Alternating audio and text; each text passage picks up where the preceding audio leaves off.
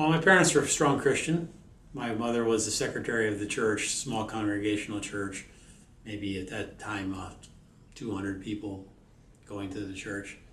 My father was the sexton. After he retired from the New York Central Railroad, he became the sexton of the church. So he kind of maintained the church. So they were definitely into it. And back then you went to church out of respect for your parents.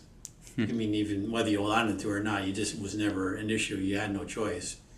And Sunday school too. So I was kind of brought up in that mode. I learned really hard. I learned really well how to look like I was paying attention. I practice that today, in fact, sometimes. To this day, I should say. Not today, but to this day. So would you say that faith was a big part of your childhood and your upbringing? No, that was, I would have checked the boxes. I'm a Christian because, that's kind of what everybody told you were, so you must be, right? But I didn't really know what that meant. And I'm sure 10 years from now, I'm going to look back and think probably I wasn't a Christian when I had this interview with you either, because it's a gray area.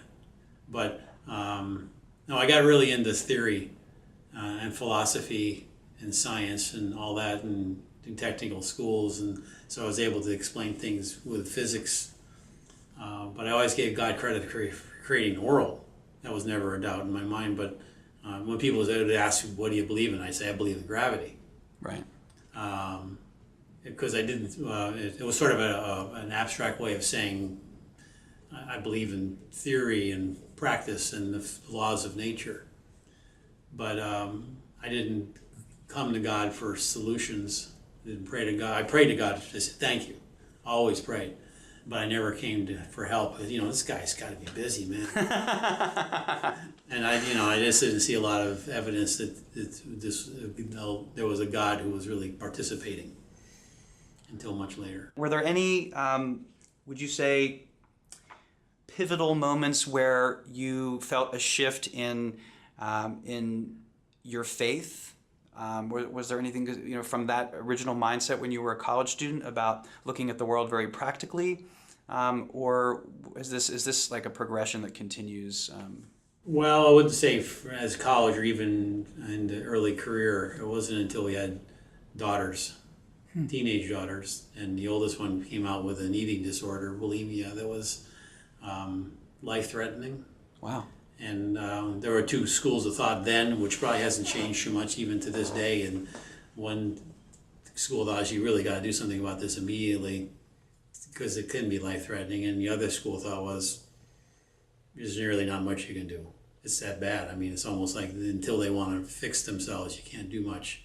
And so I was kind of going back and forth trying to solve it from an academic perspective. Well, I got to talk to people about this and doing a lot of reading and research. And so for 3 years, we had her in sort of local treatment modalities of one sort or other with psychiatrists and that. But she was just getting further and further in trouble. Not really at the point of physically life-threatening, but just making a lot of really bad decisions because the eating disorder was occupying her life. And when she got to be 16, then she asked for help, which was a breakthrough. Because, no matter what, if a person doesn't want help, even if they're an adolescent, there's not much you can do about it. When you're an adolescent, you can lock them up, but in some states, but you still can't get them to accept treatment.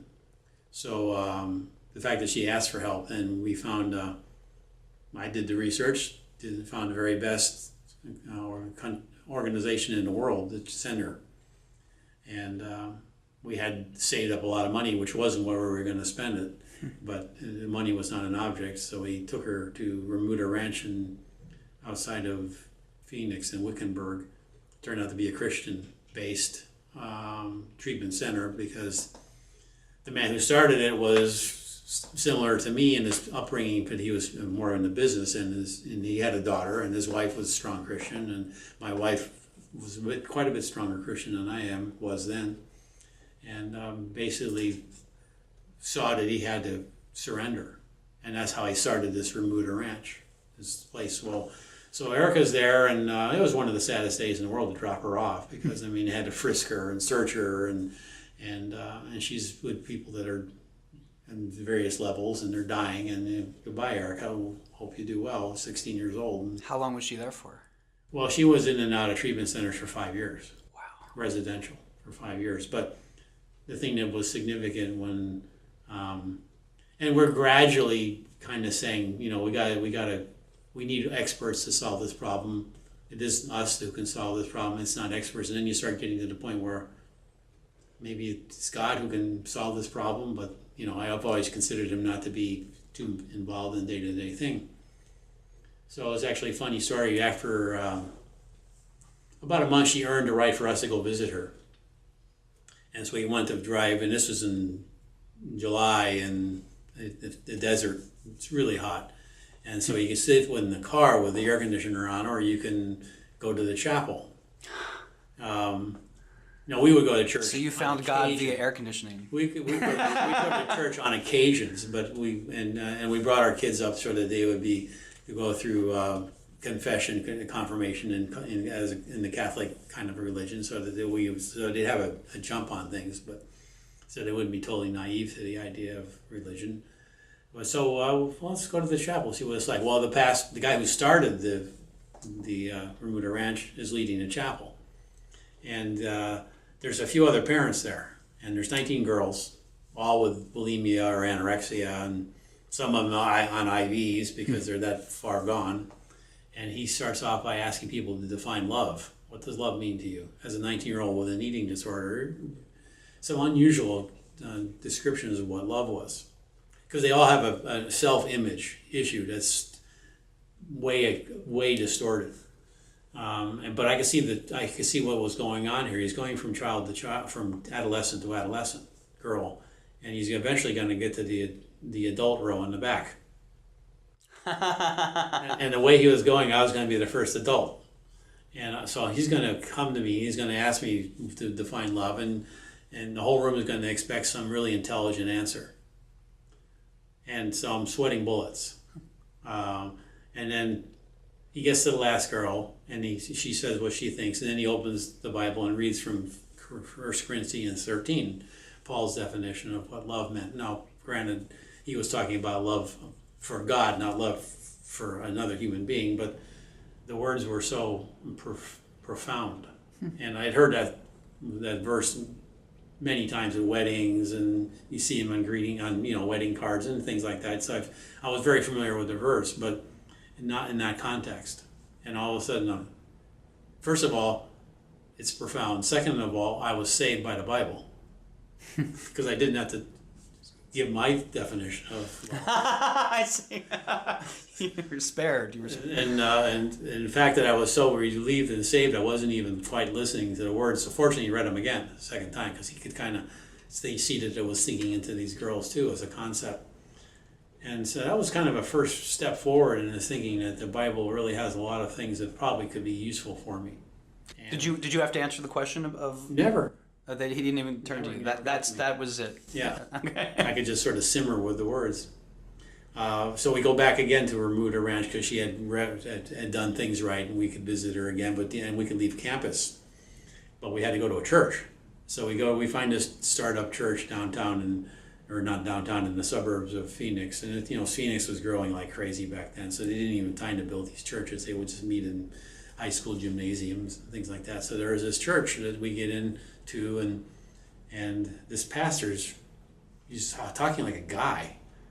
He's got problems with his kids. He's got problems with his wife. He's got problems with his talking like a human being. Problems with his staff. And I'm thinking, wow, this is so different, because when I was going to church in the 60s, there was never anything wrong with the pastor. It was always scriptural, and it was always, actually, they even used the old words that they were in the Bible. When he talked, it was so removed, and I could never really relate to it. And then this guy's bleeding his heart out on the stage about the things that he's struggling with, and I'm saying, I don't know what happened in church over these years, but something definitely has changed. And so at the end of his message, at the end of the service, our daughter grabs my hand, grabs Lori's hand, pulls us up to the foot of the stage platform where he was sitting. It was just a temporary stage in the gymnasium. And she said, "These are my parents, and they have to start going to church." She didn't say, we have to start going to church, or I have to start going to church. So she wasn't really giving anything of herself, but she said, and they have to go to church. So now he's staring at me. He's not staring at Lori, my wife. He's staring at me, and I got to say something. You know, I wasn't really planning on committing at that point. But then I said, well, you know, I told him a story. You know, this is so different than when I was brought up. The fact that you've got problems like mine, and you brought the Bible you brought God into your solutions to these problems. It's remarkable. And if there was a church in Orange County that was like this sort of church, I would probably go to it. I wasn't going to be too specific, like I am going to go to it. And he said, you know, I've heard a lot about Mariners Church. And it's probably not too far from you, so why don't you try that out? So the next week we were at Mariners Church, and we've been going there ever since. And prior to that, you and your wife were not churchgoers? No. Okay. So that was the whole business, and that's when it's happening. So it sounds like the pastor's humanity and vulnerability is what made you more receptive. Yeah, and he said, I got to surrender. I got to give these things up. I got to give these problems up. And then when I got the Mariners, that's all I heard from Kent and Bishore. You got to surrender. You got to give these things up. You know, you can't solve these by yourself. You got to have faith. Was that hard for you to reconcile, being a problem solver by both trade and, Well, I was desperate because, there's no way there's nothing I could come up with that would help solve my daughter's eating. Or even the experts that you sought out help from, Right. as you said. They weren't making great progress either, and they didn't for 5 years. Wow. How's she doing now? Well, now she's married, and we have a granddaughter that's almost 2 years old, so she's doing quite well, and she's mastered her eating disorder.